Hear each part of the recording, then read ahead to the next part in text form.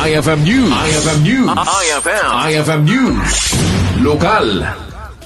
Agtultuloy iti investigasyon iti nailian na pulisya iti Badok Ilocos Norte iti napasamak a pamaltog iti naminsan akalman iti barangay Aring basar ti report iti nailian na pulisya ket agpupan kanagitoy ket ahumpay tilid ken motibo iti naso a pamaltog a nakatayan ti balikbayan kuna ti pulisya akit kitadan iti posible nga anggulo babaen ti backtracking ken CCTV footages amang duktal no siya sino iti makin aramid iti daytoy iti agdama ket mabutbutengen dagiti subag mamano nga OFWs wenno overseas Filipino workers nga agretiro iti Pilipinas kang runaan na iti lugar tayo nga Ilocos Norte gapo iti pamaltog no pay kasta ket ikarkarigatan ti PNP ama pagbalin ana urnos nalinak kinatal na iti probinsya tapno iti kasta ket saan ama pektaran ti turismo ken ekonomiya.